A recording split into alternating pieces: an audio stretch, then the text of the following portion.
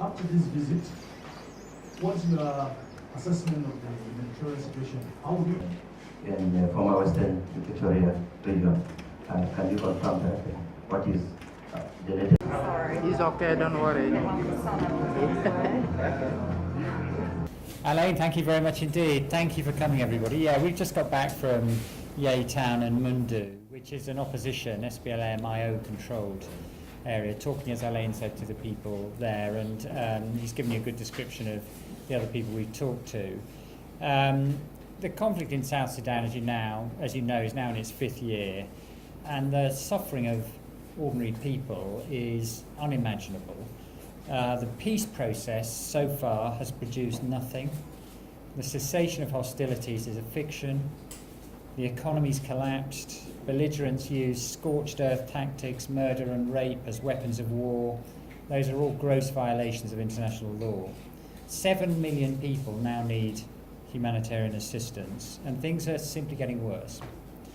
Nearly 4.3 million people, that's 1 person in 3 across the country, have been displaced. About 1.75 million of them displaced inside the country, and then 2.5 million forced to flee to neighbouring countries as refugees.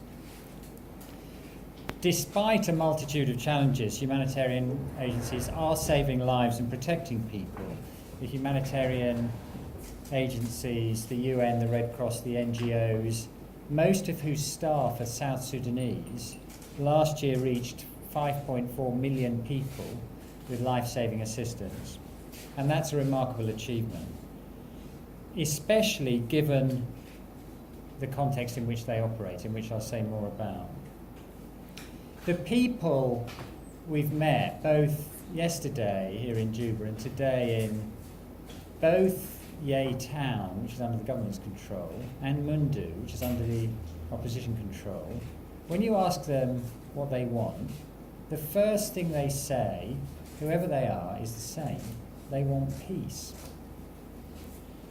So ending the violence is the first and single most important thing that's needed to alleviate the human suffering in this country. But not only has the violence increased, but humanitarian agencies are increasingly impeded from saving lives by the restrictions of the operating environment. And what we need is rapid, safe, unhindered access to all people in need. When I discussed these issues with the government here in Juba yesterday, they assured me that they want humanitarian agencies to have unimpeded access to everyone who needs help, wherever they are. But unfortunately, that is not the situation that prevails at the moment. The aid agencies are subject to harassment, extortion, looting, kidnappings, killings, predatory fees and levies, and other blockages all over the country.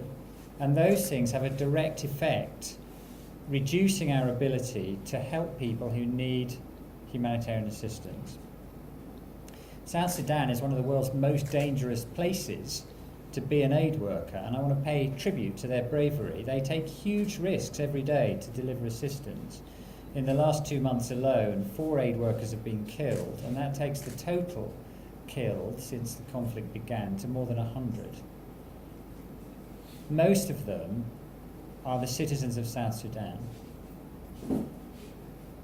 Crimes are being committed against aid workers with apparent impunity. There needs to be accountability, and the government, because it is the government, and this is a responsibility of governments everywhere, have the prime responsibility for that. In my discussions with the international community's representatives here in South Sudan yesterday, they've all delivered the same message. Things cannot go on like this.